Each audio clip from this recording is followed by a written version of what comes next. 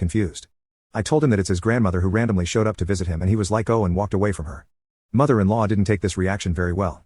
She looked at me and was like what have you taught him if he doesn't even say hello to his grandmother? He's looking at me as if I'm a stranger.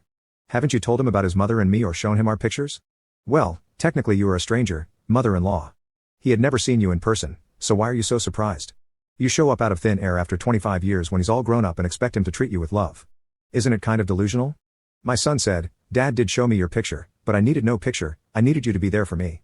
He was quite hateful with her, throwing question after question at her and mother-in-law's responses were so incredibly narrow-minded, it looked like she wasn't expecting him to ask any questions.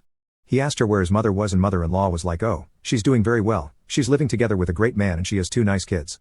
She has gotten over that misunderstanding about your birth. She was acting as if her daughter was the victim here. As if we were the ones who left her.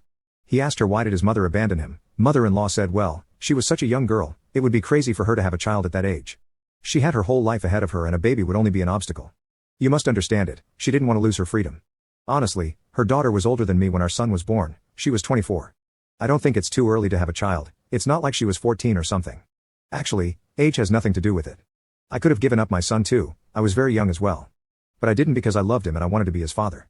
At this point I wanted to show mother-in-law the door, obviously, she wasn't welcome in our house, but my son stopped me, he had one more question. He asked why mother-in-law didn't want to be his grandmother.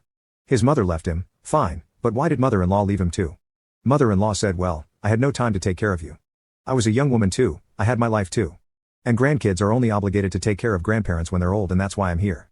Then my son told her to leave and never come back, he said he doesn't want to see her ever again and he won't help her with anything. And as she was leaving, she attacked me like that's what I thought, a man alone cannot raise a proper human being. Such a rude and impolite boy, he would have turned out better in an orphanage than with you. So according to mother-in-law, the conclusion is, don't have children while you're young or if you do, feel free to leave them and then come back a few decades later and they'll love you even though they have never received any kind of care from you. But seriously, what the hell was she expecting?